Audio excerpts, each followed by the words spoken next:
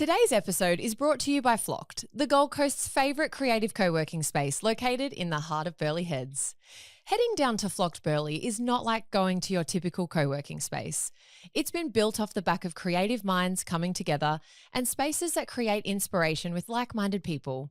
You may want to work outside within the beer garden lapping up the sun, or inside the cafe, a meeting pod, or even a meeting room. The options are endless. Flock's been built to inspire creative thinking for all types of businesses. Mention SHFT when making a booking for 20% discount. T's and C's apply. Welcome to the SHFT podcast, where we have conversations with people that have made a shift in their life that's put them on the path they're on today. I'm Erin. And I'm Dan, and we hope that these conversations will inspire you to take a shift in your life. All right. Hello, Daniel. Hello. How are you? Good to see you again. Yeah. Well, wait. I saw you this morning at 9 a.m. on my workshop call, so yes, thanks for joining. Yes, well done. First appreciate workshop, ya. it was very good. It was good. A couple of tweaks I want to make, but all in all, it was good. Opened up a real can of worms for me. I've deep dived into myself and my habits and my schedule and my diary, and I'm Bring on seeing version all the psychologists 3.0 next of week. version 3.0 of Erin for next year. I know, bring it on. Good stuff. So today's guest, I'm very excited about. Me too. Because everything we talk about on the SHFT pod, I feel like he completely embodies and can give our our listeners, some hard-hitting tools to use in their everyday life. So we have Stephen Woods in the studio today, founder of Employee Wellness Australia, a former professional footballer turned workplace wellbeing expert. Stephen has dedicated his career to helping people perform at their best, physically, mentally, and professionally. Today, he's sharing practical tools to help you manage stress, improve relationships, and create positive shifts in your everyday life. Welcome to the podcast, Stephen. Welcome, mate. Thank you. Thank you. Thanks for having me. You're really embodying pretty much everything we're about. So cannot wait to step it back to professional football, which to us in Australia is soccer. But can you take us back to life as a professional footballer? Yeah, man. It was so when I was 17, I got a professional contract with a Scottish club. They were in the championship at that time called Wraith Rovers. Okay.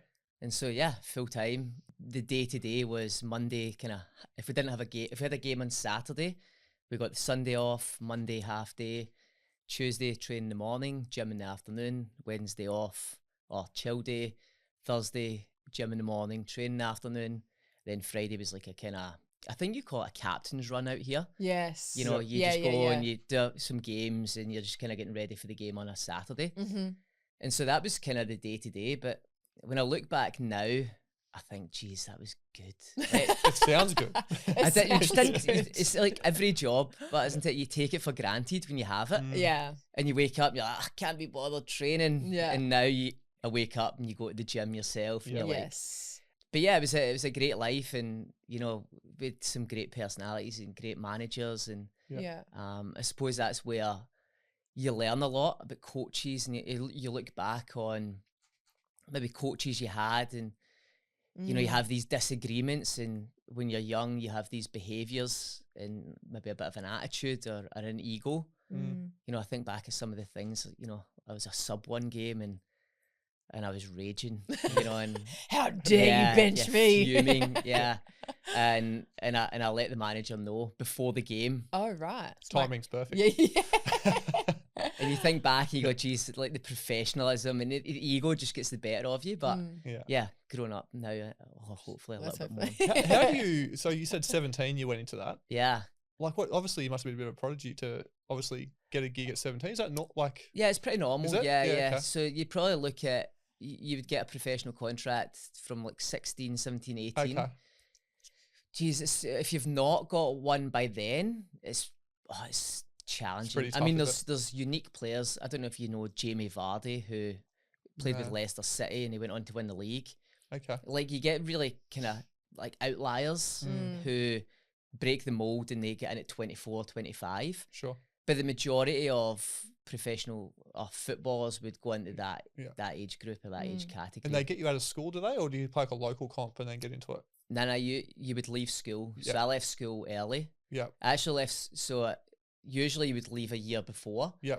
But I stayed on one extra year at school and then I mean, that was a waste of time because I did it for my mum. Yeah. But then I knew I had this contract at the end of the year. Yeah. And so I done nothing in school that year. Right. You know, I was a menace. So the burning question on my lips, is it like Ted Lasso? Because I just fell in love with that show. Like I someone said something about it and I was really unwell and I was just watched it and I was like, this is hilarious. Yeah. So is that like that in the club rooms? Or? Well, yeah. I mean, Ted Lasso is funny because he's an American trying to understand football, isn't it? It's so good. They've done it really well. But the football culture, and I talk about this in our leadership programs, a lot of the best cultures are self-managed. Yeah. You know, in the terms of, it's not just the manager who sets the standard. You know, if someone was late for training, you got a fine. You know, if your phone went off in the dressing room, you got a fine. You know, if your boots were dirty, like you got fined. And so the fines all went towards the kitty for Christmas or something along those lines. Yeah.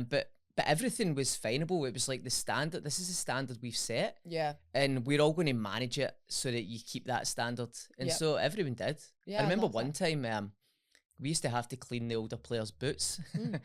And I gave him his boots back and they were slightly wet. I got a fine. Yeah. Oh, wow. Yeah.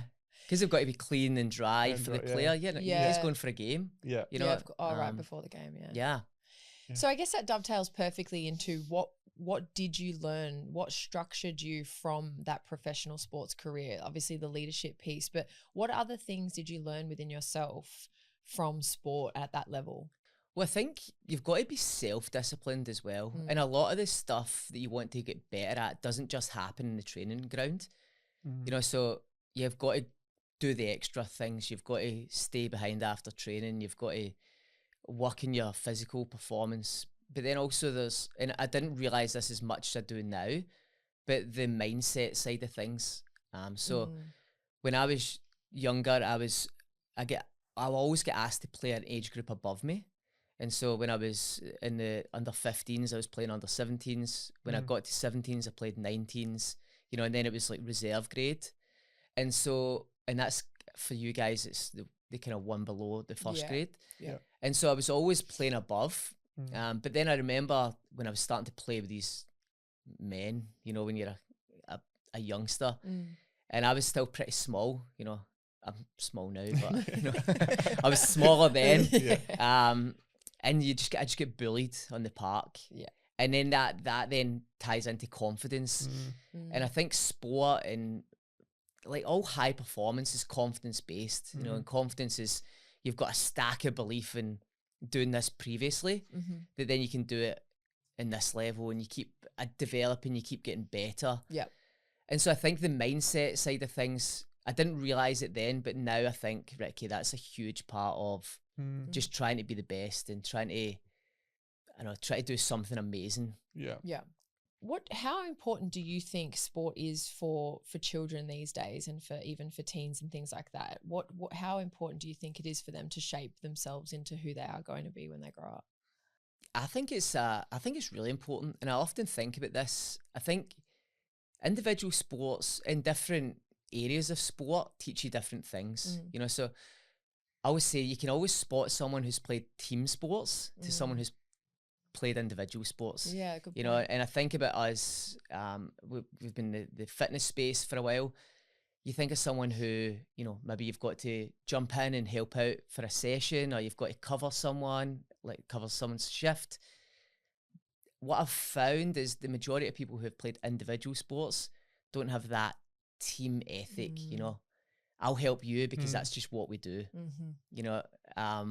So I do think you notice it, especially when people start getting older, kids start getting older, is the team sports is, I'm maybe not doing this for myself, I'm doing it for the team. Like we all work together, we help out if and when we can.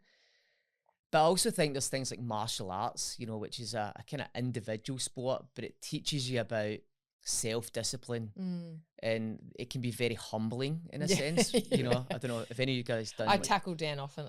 No, put him in a headlock. My parents got us into mixed martial arts at a young age. Like we played we played sport from early ages, but then we got into mixed martial arts. Discipline was the biggest thing I took out of that. Similar to your sporting, where the boots had to be clean, all that sort of stuff. Like with mixed martial arts, it's like you had to turn up on time. The sensei had you in line. You had to do the, all the different activities had to be done a certain way, at a certain pace. And if you didn't, you got called out, right? So that whole discipline aspect was massive in mixed martial arts. Which martial art? It was mixed, so I did a range of different arts. Ricky, different arts. Yeah. Which Ricky, was fun. That's hectic. Yeah. But so you'd have done like jiu-jitsu and Muay Thai. Yeah, they didn't have jiu-jitsu. Jiu-jitsu wasn't as popular back then. Yeah, right. So I was young, and I'm 38 now, so I was pretty young when we did it. It was more like taekwondo, karate. They were pretty much the main two disciplines we focused on. But yeah. But I think in that sense, that teaches you, as you said, a lot of self-discipline. You've got to turn up. You've got to be really rubbish at something and get beaten and accept that defeat is part of it and part of the process. And, you're not going to win every game and you're not going to win every fight or whatever that is. Yeah. But it's the ability to, and it's so cliche, but it's so true, is the ability to just keep bouncing back. Yes. Yeah. I think that ties into business and work life. Yeah. And if you've been told, you're late, like go and do 10 push-ups. So, Can I tell you a funny story? It's because so I had a client call before this podcast, and he was 2 minutes late, right? And I sent him a message and said, the rules are 10 push-ups for every minute you're late. You're at 20. All of a sudden, ping, he popped up on the screen. Yeah. And he's like, "You being serious?" I said, "Yep." So turn your camera around. So he turned around and he dropped down and gave me 20 push-ups, and he was into it. I said, "Now, how do you feel now?" And he goes, "I feel ready." I went, "Good. Don't be late." Yeah. But it's having, a consequence for those things. I think that is so important. And we chat about it in the leadership, and I mentioned it with football, is we got fined for it. But in a corporate environment, you can make it fun as well. That's right. Yeah. If you're late, maybe it's $5 into the kitty that goes towards the Christmas party. Yeah. It's not a huge deal, or you buy the team coffees or something like that. But there should be consequences when you don't live up to the standards and the values of the team or the organisation or wherever you're working. 100%. So what was the pivotal moment for you to create Employment Wellness Australia? So after football, I was 2 years as playing football, and then at the end of the season we got released, and I got released alongside 12 others. New manager came in, and he had new ideas, and it was that point I went and tried a few other football clubs, and then I had this fork in the road moment where I had an opportunity to become an apprentice electrician. Or do I keep playing football? And then someone came in and said, "Hey, we'll give you an apprenticeship, and then you can play part-time football." And so I chose that. And my family have maybe similar to the kind of standards, like kind of Aussie, trade background. My dad's a builder, my uncles were builders. And they're like, "Get a trade." You can always fall back on it. And so I did my apprenticeship as a sparky back in Scotland. And then at the end of that, I won Apprentice of the Year, and then I got kind of fast-tracked into the office to do electrical estimating. Oh, okay. And so I was on this kind of trajectory to get pushed up the ladder. And then one of the colleagues that I was working with, he had a stroke in the office. Shit. And he was your typical high performer. He was the type of guy who came in early, worked late, he worked weekends. He was always marching up and down the office, shouting at people on the phone, trying to get deals over the line. And no one ever bothered him because he got the work done and he was always effective and he won the work. But then when he had that stroke, I was like, it wasn't immediate, but maybe a few weeks later, I was like, geez, I don't know if this is for me. And I'd always wanted to go to Australia. Or come to Australia now, because my cousin was over here, and he was chatting about it. He came back for a barbecue, and you'll probably laugh at this, but he was like, "Man, I'm sleeping in my car at the beach," right? He's one of them, not paying bloody mortgage. And I was like, "What? How can you sleep in your car? It's freezing here." I just couldn't compute how warm it could be to sleep in your car overnight because Scotland's freezing. And I thought I was like the best thing ever. And so I booked my flights, and me and my partner Karen, we came over together 12 years ago, and I actually had a career break from work. So I got 6 months in that. And then I phoned up after 6 months and I was like, hey guys, I'm still traveling around. Can I get an extension? And they're like, yeah, we'll give you another 6 months. I was like, sweet. And then I got 3 months into that and I was like, hey guys, like, I'm not coming back. Yeah, I'm not coming back. I'm going to stay here. During that time when I was traveling, I was like kind of reading a bit more, you know, you have a bit more free time. So I was a bit more self-development. I was listening to podcasts. I was started doing meditation. And then I came across this Ikigai. Have you seen that? Where it's like finding your purpose. Oh, the Ikigai. Oh, yeah. And so it's like, what does the world need? Like, what are you good at? You know, that sort of thing. There's kind of 4 areas. And in the middle is your purpose. Overlap. Yeah. And so I started thinking, I was like, right, what do I like? I like keeping fit and going to the gym, you know. What does the world need? Like someone who can do this. And yeah, Ricky, I'll become a PT. And so I was working as a Sparky on site here. And then I was doing my PT qualifications, Cert 3, Cert 4 after work every night. And then got that, and then I just quit my job as a Sparky. I sold all of my tools for like $600. I had bloody cheap. Cheap, yeah. I had a full like DeWalt kit and all of my tools. But my thing was, if I don't sell these, it's so easy to go back into it. Yeah, for sure. You know, because I knew that as a PT, I'm probably not going to make that much money at the start. I'm not going to do that well, and I'm going to be tempted to go back to that. So it was almost like burn the boats, you know. Yeah. Like, let's leave them. We're not leaving this until we succeed at what we're doing here. Yeah. And so that's what I done. And I went and applied for jobs at gyms, and I started working at a gym in Brizzy. And then from there, we started kind of managing a gym. And then I started an online PT business for online coaching. But that was back in like 2017. Yeah, really. So it was before COVID, you know, so before a lot of people were doing it. Yeah. And so that was going pretty well. And then COVID happened, and then everyone went online. And at that point in time, we were all set up for it. So we actually done pretty well at that time.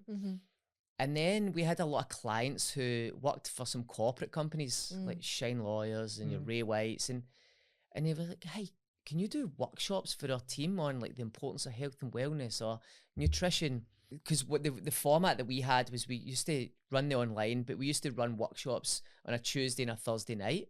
And it was just to educate our clients around, like, this is how stress can affect you. This is what nutrition is.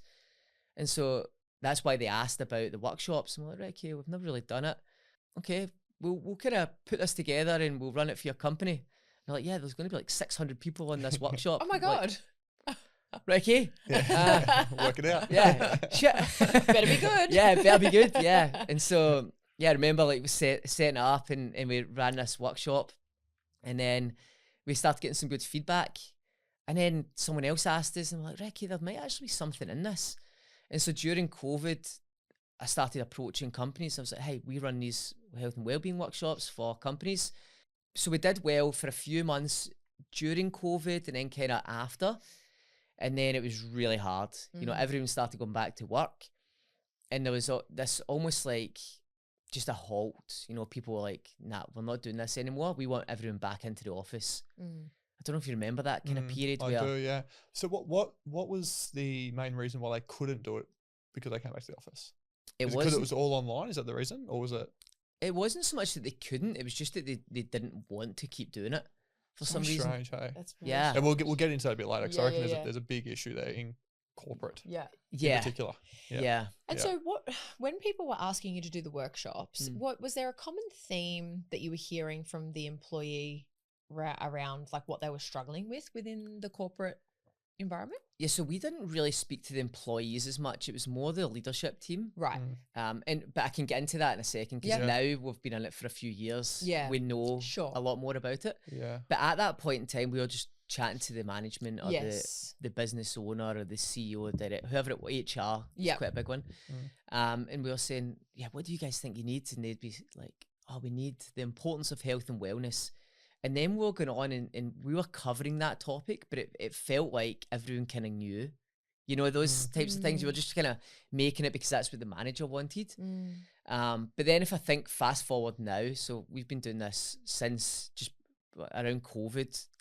So 2019, 2020, for the last like 6-7 years. Now what we've realized is an employee's well-being is correlated to their immediate manager. You know, and so a few years ago, we had a situation where one of our clients lost 34 duty managers in a year.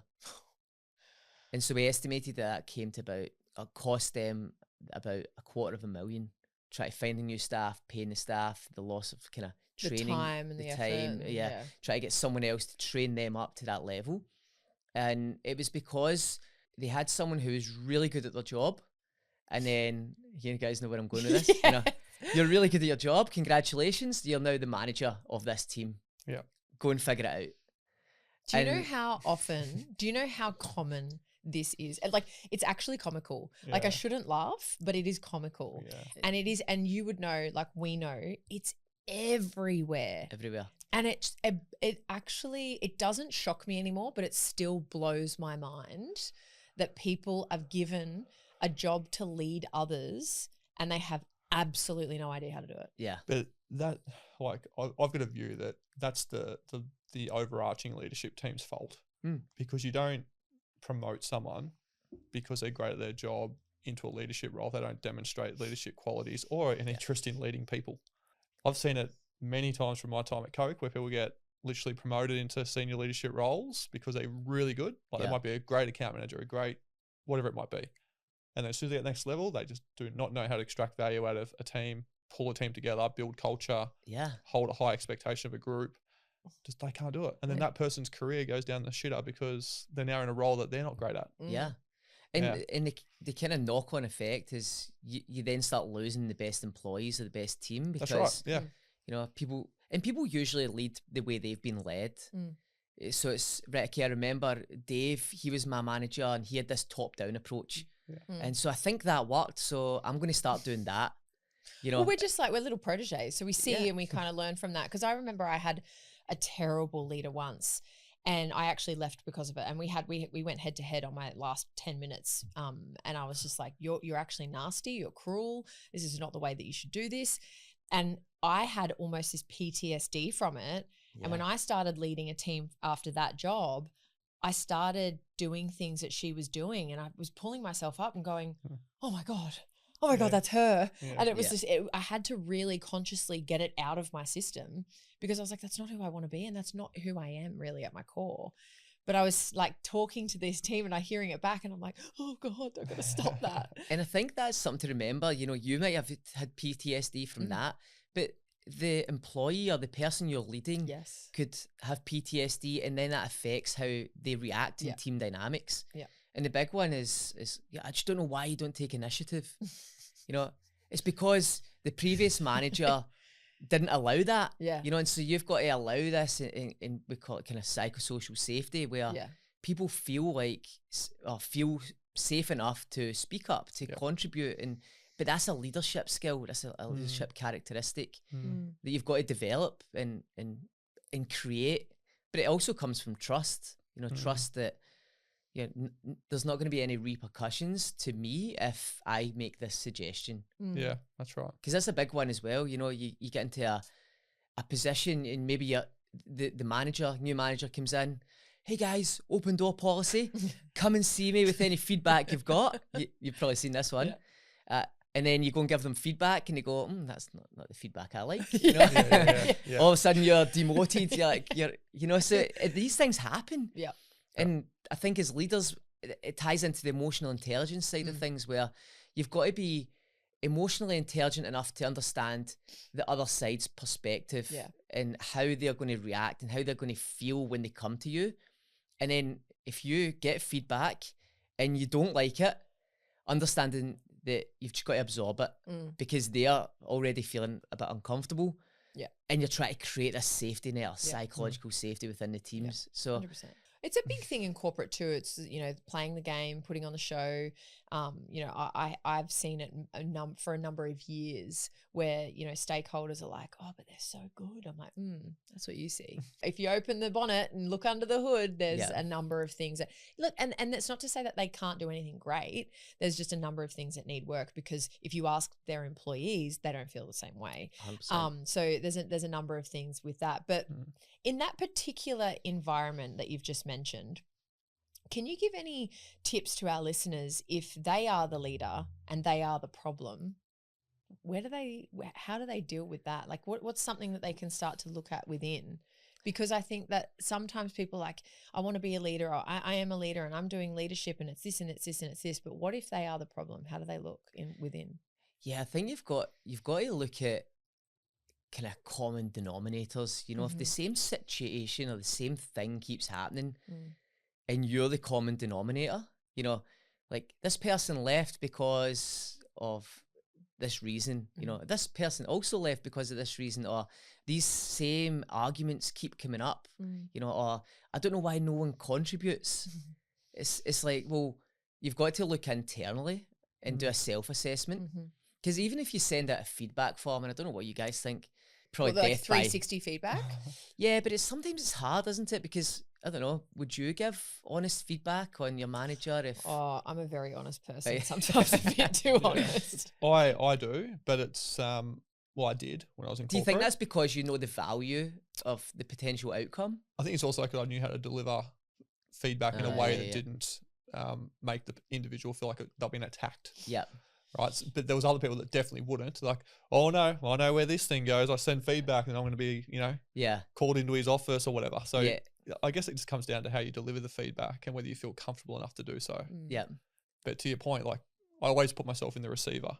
So how are they going to receive this feedback? And then what value are they going to get from it? That's going to, you know, they'll read it and go, oh, that's great feedback. Even if it's anonymous, right? They always say these things are always anonymous, but yeah, whether they are, you normally tell how someone's written something and pick up on what it is. So when they get it and they go, oh, that's great feedback, Dan. Like, thanks, it's relevant, it's valid. There's an example in there and I can get better from it. Yeah. You know? What's your thoughts on anonymous feedback? I'm not a massive fan of it because I'm like, if you want genuine feedback from the people, I feel like you should know who the feedback's come from. Yeah. I think it's beneficial. Yeah. It's the same with like personality profiling. If you've got a team and you have things that pop up at work or hard things that you need to deal with and you need to collectively work together, strengths and weaknesses of those people collectively, I think makes a huge difference. But if you want proper growth within even a duo or a team, knowing what someone thinks of you and how they see you, the good, the bad, and the ugly, I think it really helps you guys grow together as a team. Yeah, 100%. Yeah.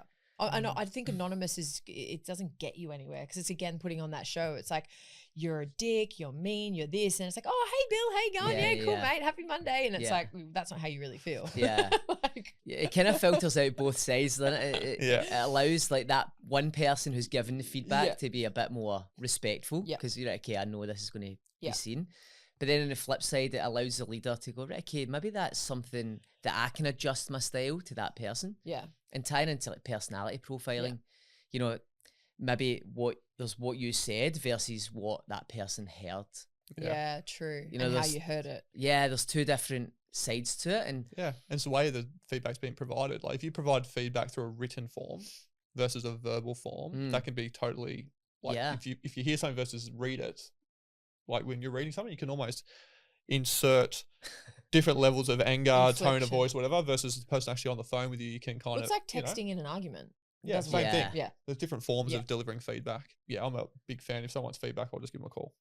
Because I feel like that's the most... Or to catch up in person. Well, I think that's our generation. You know, I'm 37 and I'm a caller. You know, I don't know if people like it much. I'm like, I get an email and I'm like... I'll just give a quick call. My partner is not. She's an emailer. Like, so she'll write long, my God, long ass emails.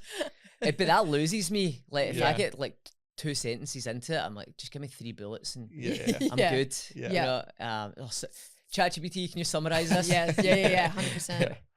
And Dan and I did an episode last week, just the two of us on burnout, and we'd love to know from your point of view, what are some ways to understand, notice, recognize burnout within yourself? I think I've started to dive into a little bit of some things around myself and differentiating the difference between physical exhaustion and mental exhaustion, where I'm not setting boundaries for myself. And I think that's confused with people. Like they're just like, oh, I'm exhausted, but didn't really do much this week. And so how would you recognize that within yourself or your team? Yeah, so I think the big thing is you've got to address is burnout is real. You know, it's not laziness. It's not someone just making up an excuse. It's a real thing.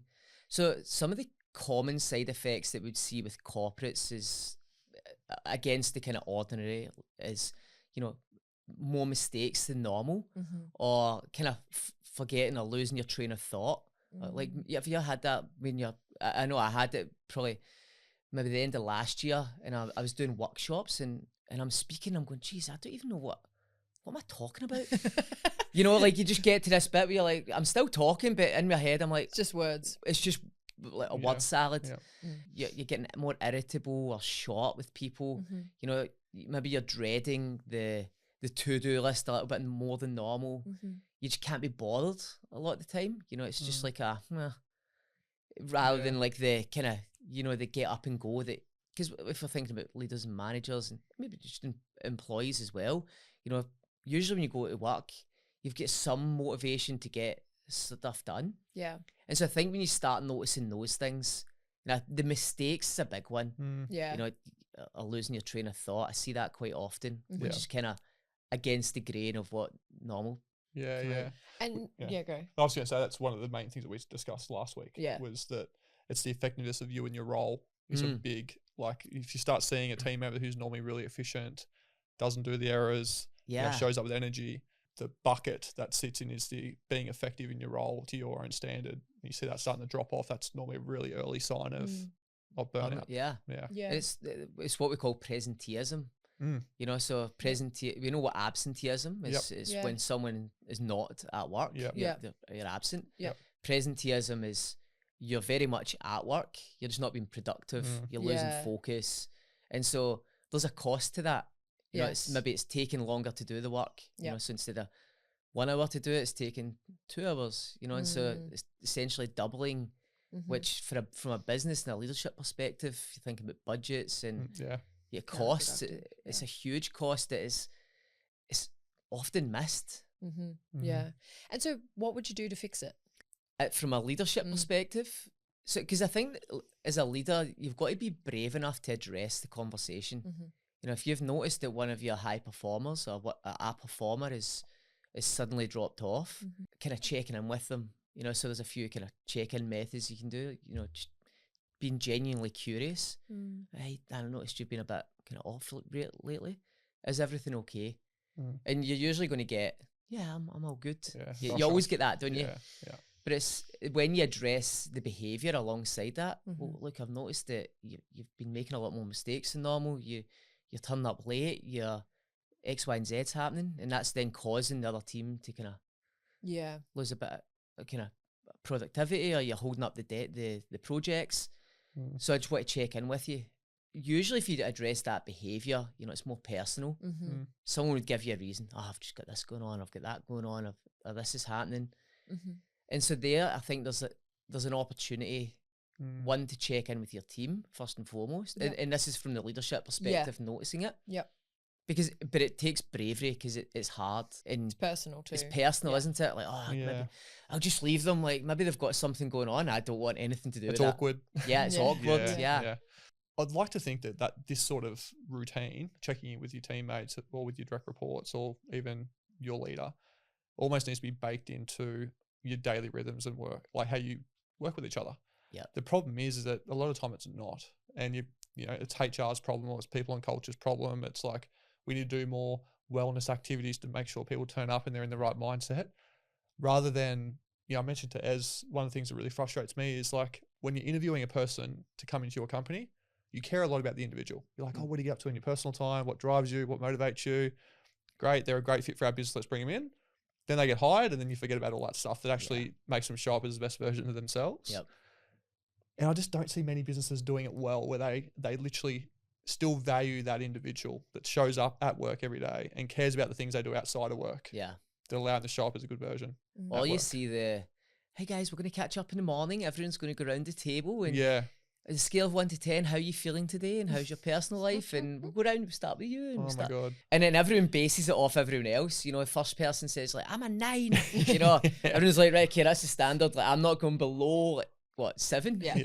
You know, or someone starts really low and they're like, I'm a 4.5. Do you see that stuff happen? I've seen it, yeah. To be fair, I used to do that. No, I've heard like How do you think performance is? I think we did really well as a team. I think we're an 8 or 9, but not individual side of it. I haven't seen that happen before. But I've seen that it's funny because you get someone that says, I think we've only been like a 5 as a team. And then all the focus goes to that person. Why are we a 5? Oh, well, Jill didn't turn up on time. Yourself. Yeah, exactly. You're a bitch. I hate you. I'm sick of you. That's what happens. Yeah. So that person then next time it goes around the table, it's like, fuck that. I'm not going to. Yeah, well, that's the thing, isn't it? Well, I used to do that. So I used to work on super yachts and managing a team of stewardesses. And it wasn't about giving me a number, but I asked them to give me a percentage of how they felt like they were feeling and their productivity for the day.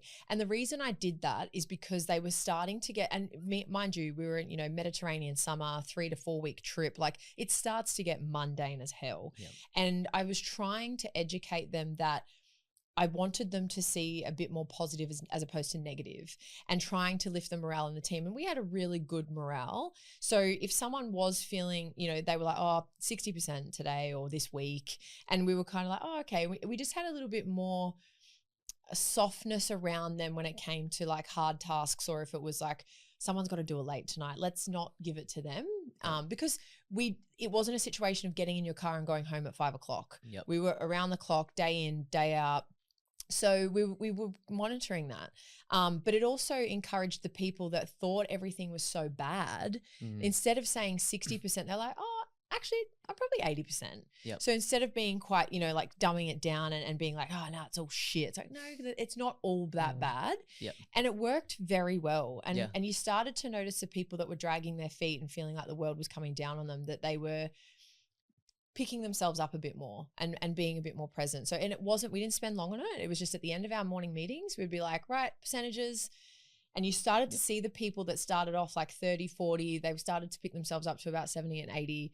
And then people that were always sort of consistently 90 to 100, they're like, 70%. We're like, shit, are you okay? You're like, no, my nan's not well back home. And so you're like, you take a bit more care around them because we incorporated their personal life. Yep. There was obviously a lot of trust in that environment. Very much. Right? And that's, I pride myself on that. Like my team knew that if they could say whatever they wanted to say to me, they were in a safe space. They were never made to feel stupid. Yep. But they also knew that I was no bullshit. Yep. So they could be very honest with me. But if you're being honest with me time and time again and you're not doing the work on yourself, that's when I'm going to come down hard. And we had a very good environment like that. I think as you mentioned, if you get trust, there's so many areas that you've got to kind of cover to make that work.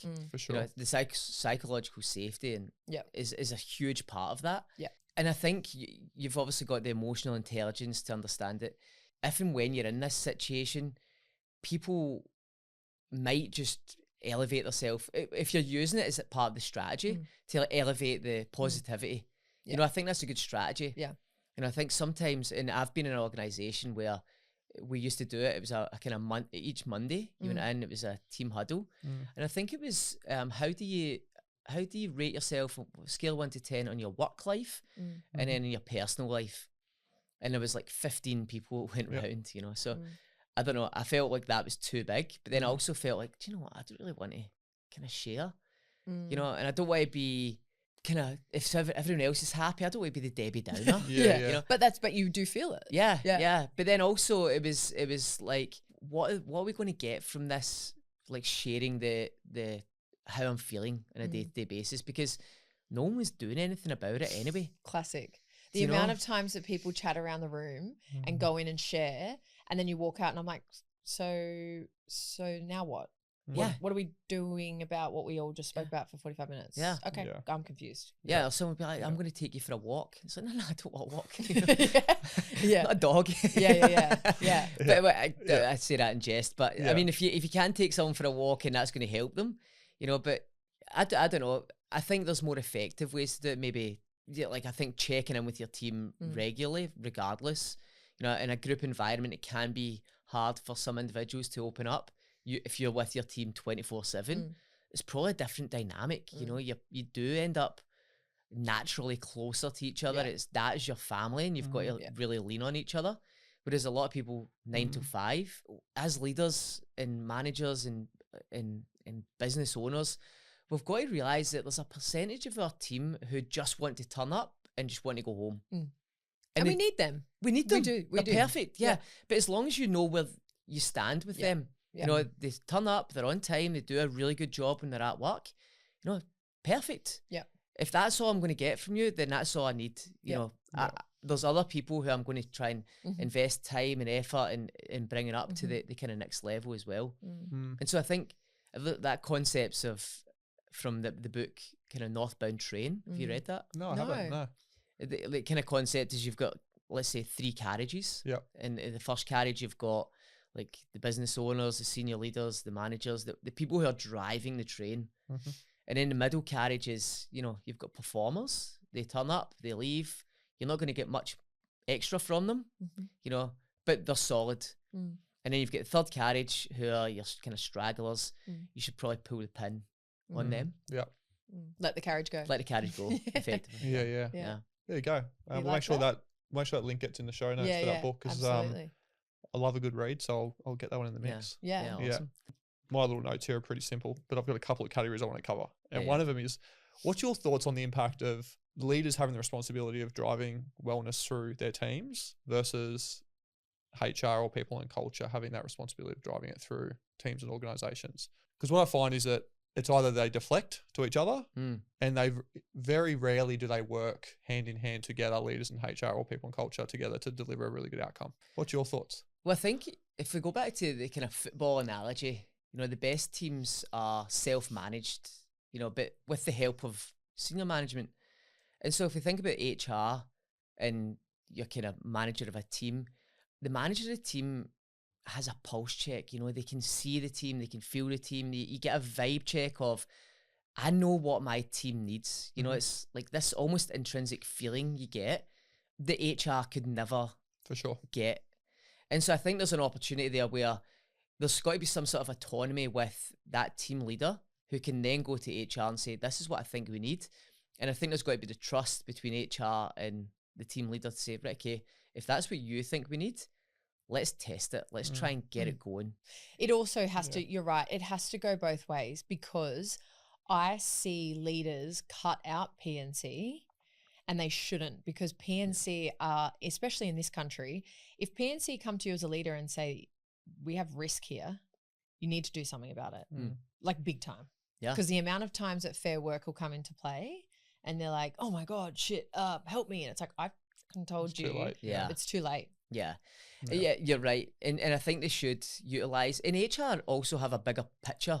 That's right. You know, a bigger, they see the full picture with the senior leadership team. And so you might go to them and say, hey, I've got this idea. And they go, hey, we've thought about this. That's coming in quarter 4, and we're going to run that out. Yeah. And so I think there has got, but also autonomy is such a huge part of motivation for team leaders. And especially in that middle management position where it's a tough role, isn't it? Because you're kind of stuck where you've got to manage your team and help your team, but you also don't get that much authority to go and take action on things. Yeah, I guess that hence the question, because obviously you work with a lot of businesses. I'm like, there has to be either unity, where it's like full empowerment to anyone leading a team. Because normally if you're leading a team, you're responsible for 7 to 8 people, roughly. Smaller teams, maybe 5. So if you're responsible for that level of team, and you've been empowered by P&C or HR to deliver whatever their programs are, if they've got programs at the top level, then that's great. But then imagine if you had a little bit of empowerment and say, listen, your annual budget for health and wellness and team development is X. Make sure you spend it well. Maybe you've got to present a plan of how you're going to spend it over 12 months. And then it's up to you to spend that how you think your team needs it. I was going to say that. But this is where budgets come in. Part of it is come up with solutions, not just problems. You know, oh, we've got that, you know. Sitting on your hands and waiting. Yeah. Well, it's true that it's like, I'll just wait until I'm told. Yeah. No one needs or I can blame. Yeah. Oh, blame. It's not my fault. It's their fault. Yeah. But as soon as someone is challenged with, right, you've got X amount as a budget for your team, for the Wellbeing this year. Strategize, tell me what you're going to do. Go and get bang for your buck. Go and get some quotes. You know, put this together, and then come back to me, and we'll. But even from an HR perspective, imagine you get 10 teams. That's what I'm saying. Like, imagine the feedback. The feedback, yeah. Right, okay, team 1, 2, and 4, their programs were amazing. We're going to utilize more of this. We get the best feedback. We get the best kind of wellbeing scores or whatever that looks like for the company. And I think we could model some of this. And so I think from HR, it takes a huge portion away from them, like a challenging portion as well. They can go out and pass some autonomy to the leaders and say, right, okay, we're allowing you to just continue with this. Yeah. No, I think it's huge value there. What happens if, in your experience, so say I'm a leader and I struggle to have difficult conversations, how do you learn to get better at that? And what would be some advice that you could give to our listeners? They're like, that's just, I can't do that. And it just, they just go inside, they let it fester. The problem doesn't go away. It becomes bigger than Ben-Hur. What's some advice that you can give to listeners to start to try and be better at the difficult conversation? A couple of areas. So if you spot a behavior early, address it early. That makes the full thing so much easier. You know, hey, noticed you were late this morning. Help me understand. You know, because what happens, a lot of leaders or managers say, okay, it was only one time, I'll just let them off with it. Yeah, but that's the standard. Like, as a team, we've set these standards, you know, and this is where kind of company values come into it, and personal values. I value when you turn up on time. And so allowing your team to understand that this is the standard that we set. You know, we don't turn up on time. Even if you're kind of on time, you're late. That's I don't know. It depends what the manager sets. So I think if you catch it early and you address it early, then it's easier to just bring it up. You know, and then from there, they're late again. Look, as we spoke about this before, the next kind of step in this is whatever your HR policy is, and this is where HR important as well. Is keep them in the loop with what you're doing and what you're thinking. This person was late once. The next time they're late, this is the process we're going to go through. It'd be maybe a written warning, then it's going to be I know it's only lateness, right? So it might not be that dramatic, but it's setting a precedent for everyone else. 100%. And I think everyone else is watching. You know, especially if you're a new manager, everyone's like, "Ooh, let's see sit what back happens and this watch. one." Yeah, let's see this." And then the inconsistencies of, well, I'm going to come down on you for being late, but it's okay for you. And then the favourite game comes in. Which leads to perceived favouritism. Yes. And people are like, well, I don't prefer those people. And it's like, well, that's what it looks like. Doesn't matter what you say, it's what you do. There's truth and then there's perception. And there's also the flip side of that, like the culture you can build on the back of having tough conversations. And to your point, they're watching. Right? So your team are watching, they're like, well, don't do that again because they're not going to miss it. And it's also, it's having, one of the advice I always provide leaders is keep conversations fact-based. Right? Remove the emotion out of it. And it's all about the facts. The behaviours. You know, not the person, the behaviour. Like, so lateness is a behaviour, you know, personal attacks or whatever that looks like is a behaviour. And so I'm not attacking the person. It's not, and we're not using absolute language. You're always late. You know, I wasn't late last week. Okay, that argument falls in its arse. You know, so it's trying to avoid the absolute language. It's maybe trying to address it early. We use a couple of frameworks. So there's one SBI you might have heard. So situation, behaviour, impact. You know, so this is the situation. This was the behaviour, lateness. The impact was that everyone else. So simple, it's so powerful. You can add on BI onto that, and that's future pacing. So it's the behaviour I want to see going forward and the impact I want to see going forward. So it's like SBI, BI. Another one's kind of 3 C's. So be genuinely curious. You know, I'm curious of what happened. So genuine curious, get clarity on the situation, and then have constructive action going forward. And I think with that one, it's often we jump to a conclusion and then we try and give people the answers to what. Because a difficult conversation's hard, isn't it? It's like, it's not nice. You don't enjoy it. I don't like them. Some people do. I think when you get more reps in, it becomes a bit easier. But to your point, like, no, you'd prefer to have positive conversations than not, right? And I think I've had to fire, honestly, probably close to 100 people. And so for me, I'm very much, I can take the emotion out of it. It's part of my job. I don't like it. And if you start liking firing people, there's probably something wrong with you. You need to go see a psychologist. But I think for me, I'm very much, it is what it is. It's part of my job. If I don't like it anymore and it starts to completely go against my moral compass, I remove myself from the situation. And I've had that before when I worked for a family that they're just so far against my moral compass. I was like, I'm out. I bow out because you're not going to change. I just choose not to be a part of it anymore. Yep. But some people can't have that difficult conversation so much that they either go into complete spin or panic attack, or they just like remove themselves from the organization. And it's like, you're not getting better at the things that you don't want to, like, it's uncomfortable. And I think for difficult conversations, there's got to be a paradigm shift. You're not doing it to be bad. It's an opportunity to upskill someone or make them more aware of something they might not be aware of. Yep.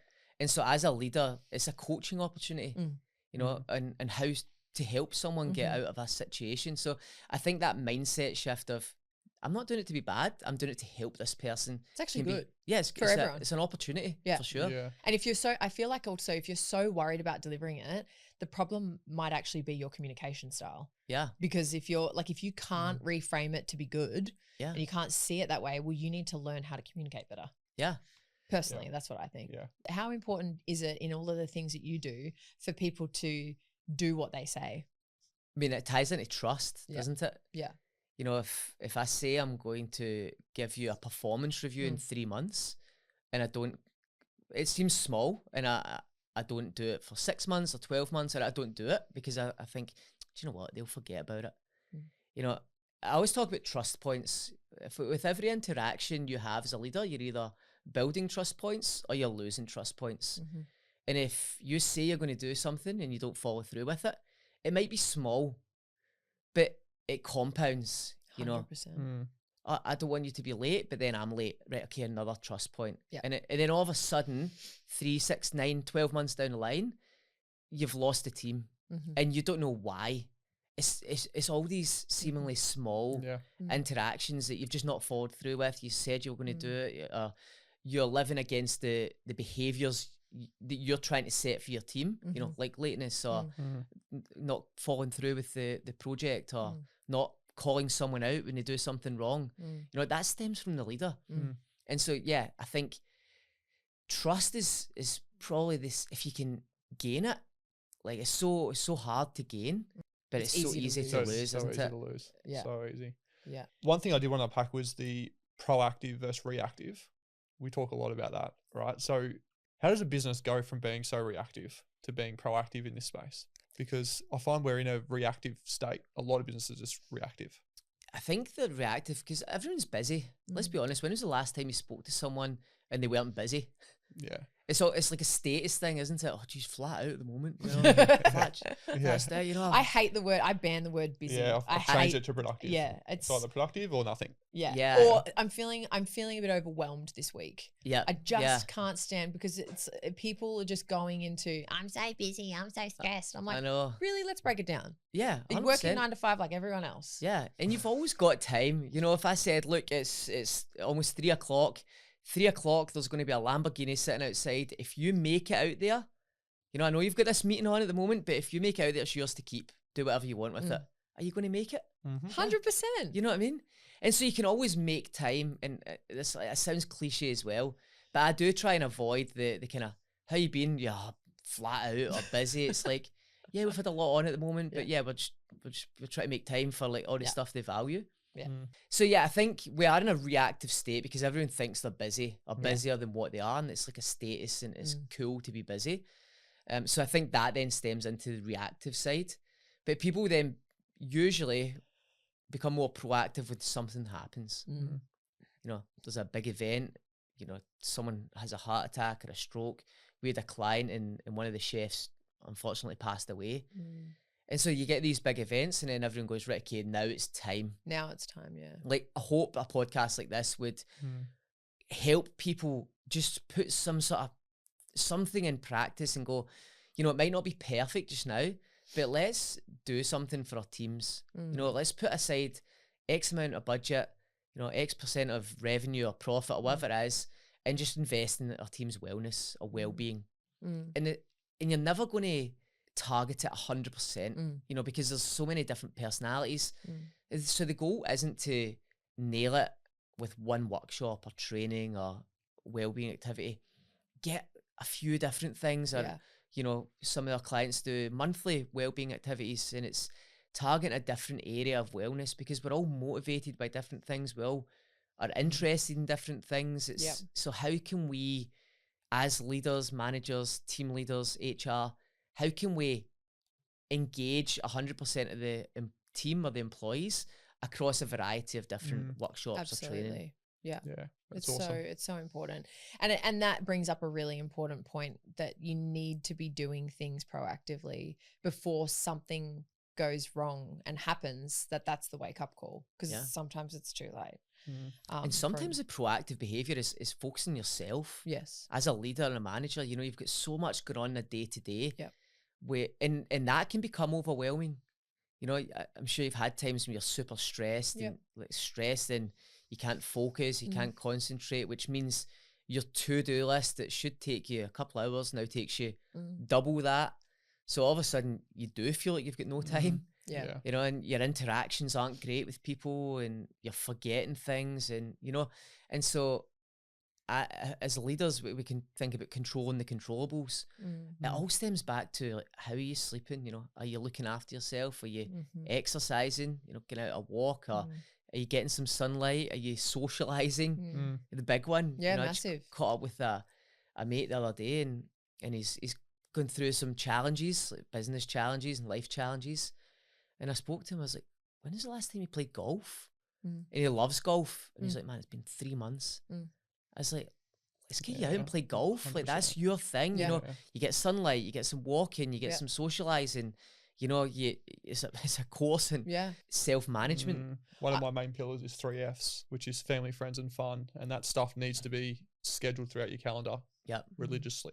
Because when you're a leader and you're busy, right? Busy, that stuff never makes it in the calendar. And then you look up to your mate's point, like 3 months later, and you haven't done the thing that you actually really enjoy, that gives you energy, that allows you to show up as the best version. Yeah, 100%. Just doesn't happen. Doesn't happen, No. yeah. I even realized the last week, I thought, my sleep's been off. I haven't been sleeping very well. And I thought about it properly. And I'm like, we've had so much rain here. I travel for work each week, and it's usually I leave at 5 a.m. so it's still dark. And then I get there and I'm in meeting rooms and basements and all sorts of different things. And I was like, I actually don't think it's been too long that I haven't had proper sunlight. And I'd gone outside on the weekend, and I just laid in the sun with my eyes closed, beaming down on my face for half an hour. And that night I had the best sleep. Like, my circadian rhythm was really struggling. And I try for 8 hours every night for sleep, but it wasn't good sleep.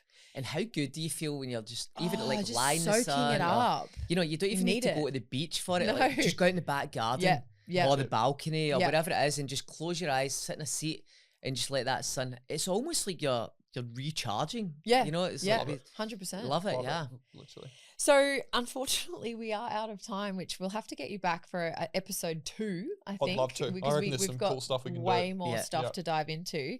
But I wanted to end on a question.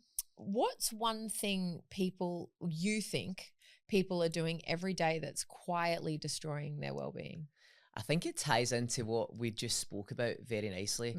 Is you talk about the 3 Fs, is they don't prioritize the things that fill up their cup. You know, so, the kids take priority, and then, we've both got to do this together, and, you know, then we've got to go to work, and it's like, no, you've got this round the wrong way. You know, kids are important, but your mental health and well-being is important. So how do we put that in the calendar? Like, when do you, every morning I've got in my calendar, you know, 5:30 until 7, gym. Monday to Friday. It's just there. It's a non-negotiable, you know, and I block out time. Like, lunch is in my calendar. Because if it doesn't get put in there, then I don't take it.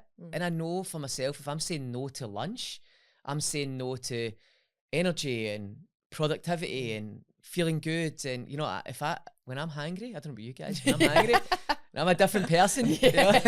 Dan's like drooling at the moment because this is everything, your DNA. Just literally ran a workshop this morning.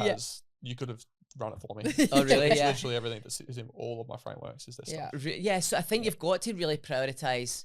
You know, I caught up with my brother-in-law at the weekend, and I was like, have you been training? And he's like, nah, not got time. Like we spoke about.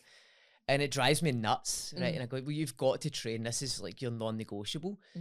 I've not got time. And I'm like, no one has time. You make time, put it in the calendar. Speak to like my sister and get her on board and say, look, I'll look after him Saturday morning. You go and do your thing. Yep. I'm going to play golf Sunday morning. Yep. And so prioritize yourself.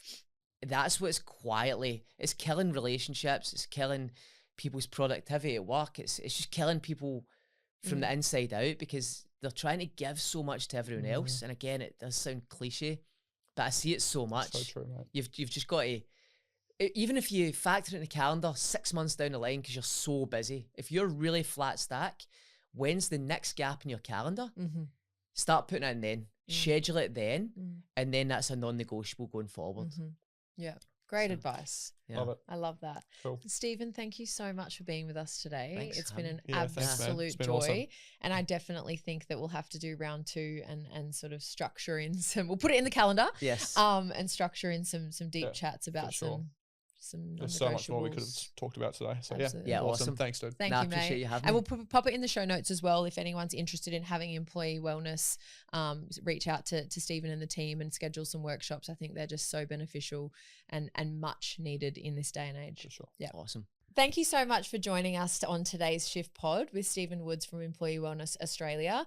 We drop every Monday morning and we cannot wait to hear from you about any other guests you'd like to hear from. Don't forget to like us on the platform you listen to your podcasts, share an episode with your friends and family, and we look forward to seeing you next week. I want to tell you about a product that genuinely made me laugh out loud the first time I saw it. It's called Smelly Balls, and if you haven't heard of them, you're missing out. I'm obsessed. They're car air fresheners, felt balls that hang from your rearview mirror. The best thing is they're reusable.